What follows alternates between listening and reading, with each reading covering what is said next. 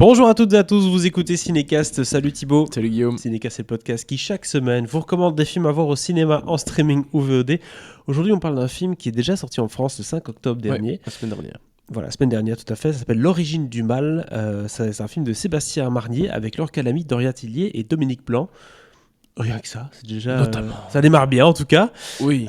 Ici, donc, c'est un nouveau thriller pour Sébastien Marnier qui avait fait donc Irréprochable et L'heure de la sortie. Et une nouvelle fois, on parle un peu des différentes classes, mais cette fois-ci, on va dans le sud de la France. Grosse demeure sous la Riviera, le genre de demeure qu'on aimerait tous avoir, mais qui fait fort vide. Hein. Souvent, ce genre de truc, c'est tellement grand que tu as l'impression que c'est un peu difficile à combler quand même. Hein. Ouais. Et puis, il y a également au casting, j'avais oublié de le dire quand même, Jacques Weber qui joue l'homme. Parce qu'il n'y a pas d'homme dans le film à part lui. Oui, Qui joue Serge. C'est le seul personnage masculin d'importance. Important quand même de le rappeler. Oui. Avec également aussi, chose assez originale, tous les personnages féminins portent un prénom masculin. Oui. Enfin tous, en tout cas une partie Oui, d'entre eux. il Il y a Stéphane, Georges. Oui, Georges, oui. Stéphane, Georges et je ne sais plus quels sont les autres, mais en tout cas c'est pour Stéphane, c'est pour Laure Calamy Enfin, et Georges. non, ce sont les deux filles de Serge ont des prénoms masculins. Tout à fait. Mais les autres, pas. Mais donc c'est assez spécial de voir un film où dès le début on dit Stéphane et puis tu vois genre Laure Calamy qui fait oui, et tu dis ah ok, bon, ok, pas Stéphanie, non, Stéphane, très bien. Donc de quoi ça parle? C'est je l'ai dit, une belle villa sur le bord de la mer dans le sud de la France, une jeune femme qui est assez modeste, qui retrouve en fait un père inconnu. Qui est très riche, son épouse un peu particulière, sa fille, et une femme d'affaires assez ambitieuse qui tourne autour de lui un petit peu comme ça dans cette espèce de demeure. Elle va vite comprendre que y a du mensonge dans l'air et le mystère va s'installer. On se doute que ça va pas super bien tourner. Je propose qu'on regarde en tout cas un extrait de la bande-annonce. Vous êtes Serge ? Oui. Et donc, toi, c'est Stéphane. Oui. Comment est-ce que tu as fait pour me retrouver? Serge vous avait dit qu'il avait une autre fille. Vous lui ressemblez pas beaucoup. Serge a toujours eu beaucoup de succès auprès des femmes. Il y en avait forcément de moins jolies que d'autres. J'imagine que pour vous, la situation n'a pas dû être facile tous les jours. Mais s'il vous plaît, je vous demande de ne pas revenir. Depuis mon accident, c'est devenu compliqué ici. Ils veulent me mettre sous tutelle. Voilà, on va s'arrêter là. Elles veulent me mettre sous tutelle, on a compris les prémices du film en tout cas. Et qu'est-ce qui va se passer ensuite? Surprise en salle. Thibaut, on a vu le film. Qu'est-ce qu'on en a pensé?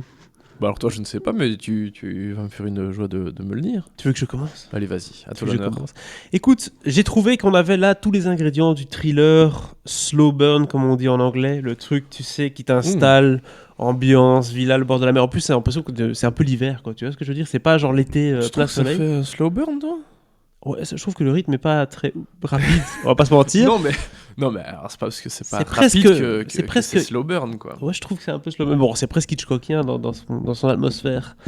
Ce côté vraiment. Bon, alors il y a le huis clos, mais ça c'est pas grave. C'est pas un effet de style ici particulier. Enfin, ça pourrait se passer dans différents endroits. C'est pas vraiment important que ce soit un huis clos, mais il y a cette patte, cette espèce d'ambiance, cette maison, ce mouvement très lent, ce truc, on apprend à connaître chaque personnage doucement, ça s'installe, et puis en effet ça monte à un moment donné en puissance, comme on peut s'y attendre dans ce genre de film, une fois qu'on a la révélation, parce que comme toujours dans ce style de film, il y a une révélation, on dit oh et voilà, et à partir de ce moment-là, ça change pas mal.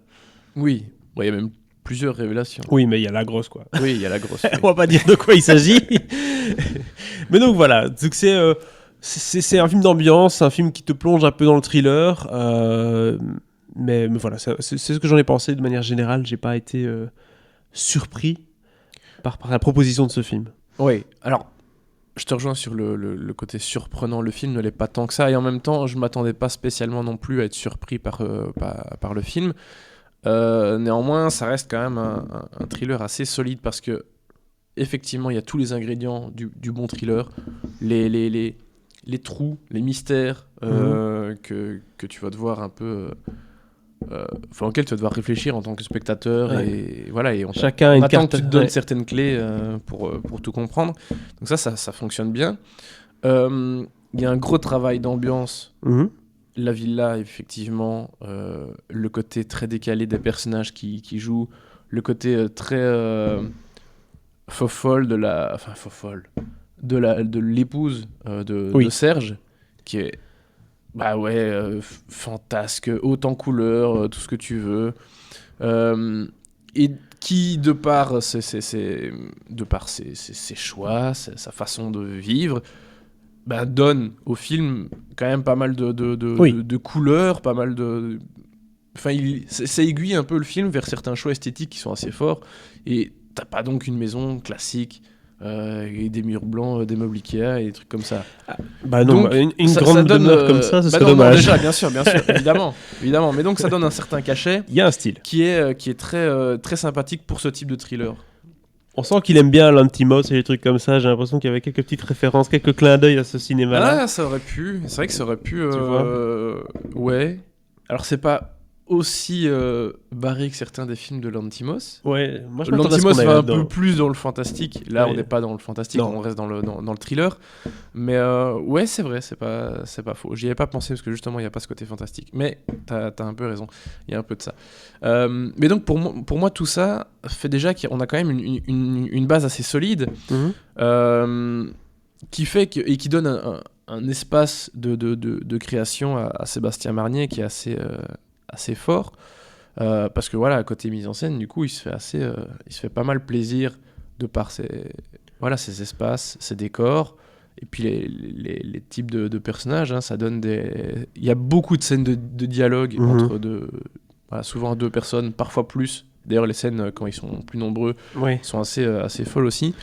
Mais donc c'est un film où forcément ça parle beaucoup et là bah tu vois ça doit être assez carré niveau écriture parce que sinon c'est le genre de truc ça prend pas si c'est pas bien fait, tu vois, s'il y a des petites choses qui capotent comme ça où tu sens que ça fonctionne pas, bah le résultat serait pas le même, quoi. C'est donc un film très fort basé sur les dialogues, en effet. Donc à partir de ce moment-là, si tu n'as pas des dialogues au cordeau, c'est compliqué. Bah oui. Et ils sont de qualité. C'est vrai qu'il y a une subtilité dans chaque personnage à l'écriture, et ça, c'est quand même agréable à voir au cinéma, d'avoir une identité pour chaque personnage, rien qu'avec les dialogues. Donc ça, c'est un des points positifs du film en ce qui me concerne. Oui.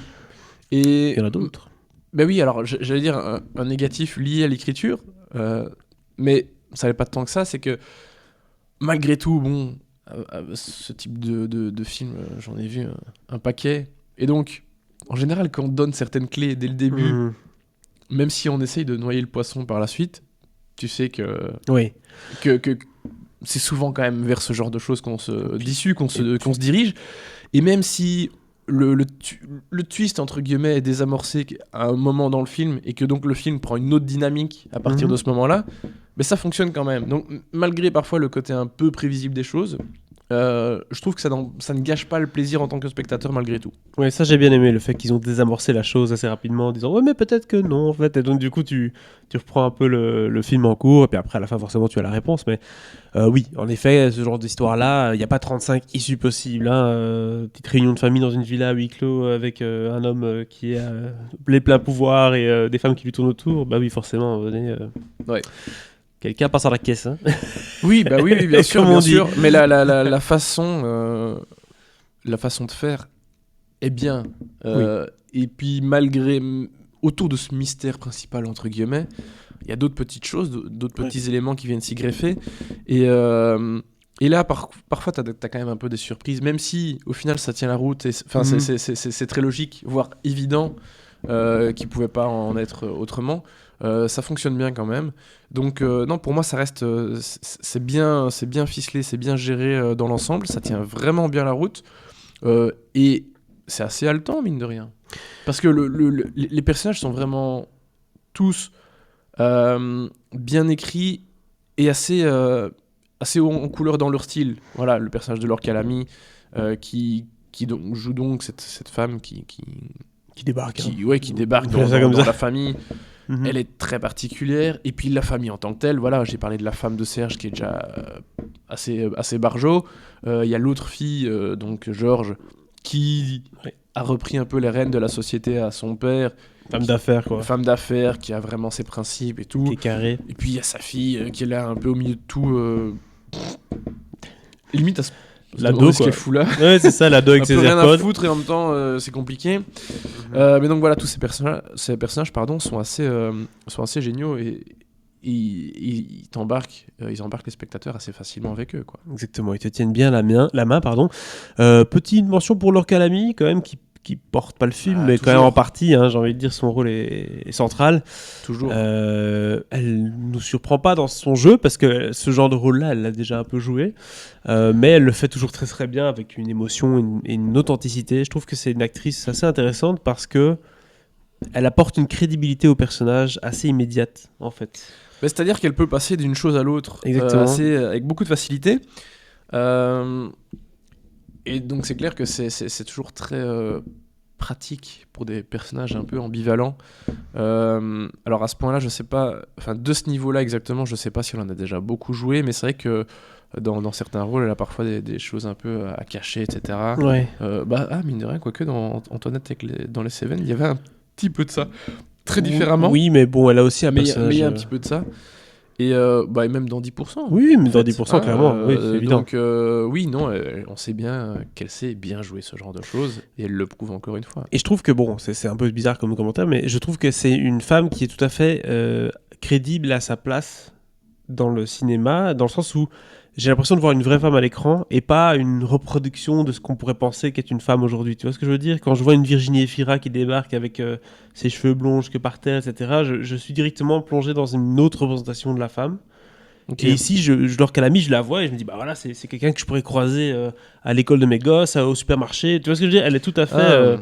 authentique, quoi. Bref. Ah oui, ok. J'aime bien ça. J'ai l'impression qu'il y a un peu moins d'artifice comme ça. Voilà, elle est plus personnage. Tout à fait, elle est plus crédible. Enfin, de par son apparence, de par comment elle joue, j'ai l'impression d'avoir quelqu'un que je pourrais croiser dans la rue très rapidement, très facilement, à l'inverse d'une Dora Tillier ou d'une Virginie Efira où c'est un peu plus au cours d'eau. Bref, voilà, c'était une petite remarque à la fin sur Laure Calamy que j'affectionne tout particulièrement, vous l'avez compris.